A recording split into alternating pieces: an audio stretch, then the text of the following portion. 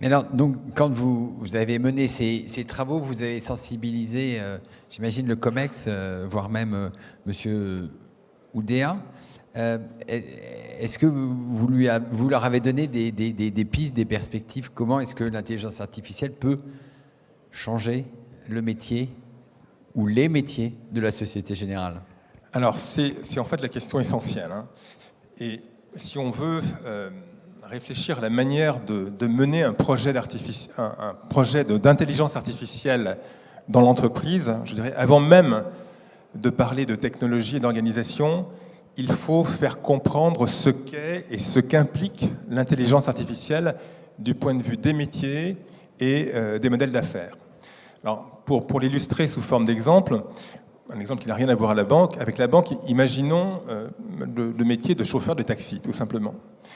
Rappelez-vous, il y a 30 ans, un bon chauffeur connaissait par cœur toutes les rues d'une ville, tous ses sens interdits, et nous conduisait d'un endroit à l'autre en optimisant le temps ou la distance de parcours.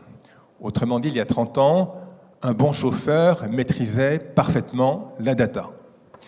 Aujourd'hui, on en a tous fait l'expérience, hein, très peu de chauffeurs, que ce soit de taxi ou de VTC, connaissent par cœur les rues qu'ils empruntent. Ils appuient sur leur smartphone. Pardon ? Oui, voilà. Ils commencent par rechercher l'itinéraire sur leur smartphone. Exactement. Aujourd'hui, ce n'est plus un problème, tout simplement parce qu'il y a des applications GPS sur smartphone qui leur permettent d'aller directement, sans erreur, d'un point à l'autre. Autrement dit, le chauffeur, aujourd'hui, le bon chauffeur, n'a plus nécessairement besoin de maîtriser la data. Et pourquoi ? Parce que les attentes, en fait, des clients ont profondément changé.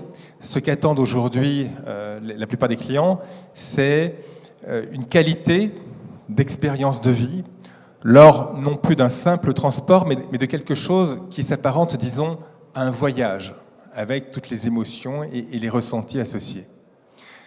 Alors, peut-on dire encore que la data est importante ? Oui, évidemment, puisque la data est nécessaire pour que le GPS fonctionne. Mais non, dans le sens où la data, à elle seule, n'est plus différenciante dans l'expérience de vie, et non dans le sens où le service intelligent, agréable et utile, construit par-dessus la data, devient l'élément prépondérant. Alors pourquoi insister sur, ou aborder cette question du rapport entre les data et les services ?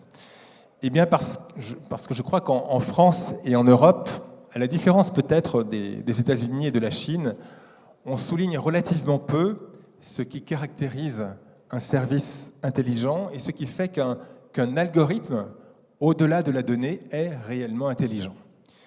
Et l'une des raisons, sans doute, c'est que nous avons assez peu l'occasion de préciser les différents concepts qui sont mis en jeu par les différentes technologies cognitives, et notamment de préciser la différence entre le big data, c'est-à-dire un système de connaissances artificielle, et l'intelligence artificielle.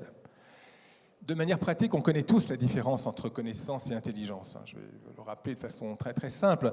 Un parent qui cherche, je dirais, à tester les connaissances de son enfant lui dira simplement « trouve les bonnes réponses ». En revanche, vous le savez bien, si vous cherchez à stimuler l'intelligence d'un enfant, vous lui direz plutôt « pose-toi les bonnes questions ». L'intelligence, c'est cela. C'est la capacité à se poser les bonnes questions, bonnes du point de vue de quelqu'un ou de quelque chose, par rapport à ses propres intérêts dans son propre système de valeurs. Et là, je viens au passage de rappeler la définition de l'empathie, qui n'est rien d'autre que la dimension relationnelle de l'intelligence. Alors au fond, et je termine là-dessus, pourquoi insister sur les caractéristiques propres à l'intelligence ? Eh bien parce que l'intelligence artificielle va obliger bientôt toutes les entreprises à faire totalement pivoter la relation avec leurs clients. Aujourd'hui, les entreprises font plutôt, on va dire, du push product. Qu'est-ce qu'elles font ? Elles accumulent, grâce au système de big data, au système de connaissances, un grand nombre de données sur leurs clients pour leur pousser le bon produit au bon moment, au meilleur prix. Et c'est mieux que de ne rien faire du tout, on est bien d'accord. Mais dans quelques années, la plupart des entreprises seront équipées, grâce aux géants du web, de leurs propres intelligences artificielles, qui leur diront s'ils ont raison ou non d'être les clients de telle ou telle entreprise et d'acheter ces produits. Et dès lors, chaque entreprise devra se demander ce qui fera que ses clients voudront bien, par l'intermédiaire de leurs propres intelligences artificielles, continuer de sélectionner l'entreprise comme un interlocuteur de confiance et de valeur. Et en conséquence, la capacité de chaque entreprise à rendre son système d'information empathique, et j'emploie exprès ce mot, la capacité donc à se poser les bonnes questions du point de vue de ses clients, bref, la capacité à faire cette fois-ci du pool client va devenir l'élément majeur de son propre devenir et de sa survie.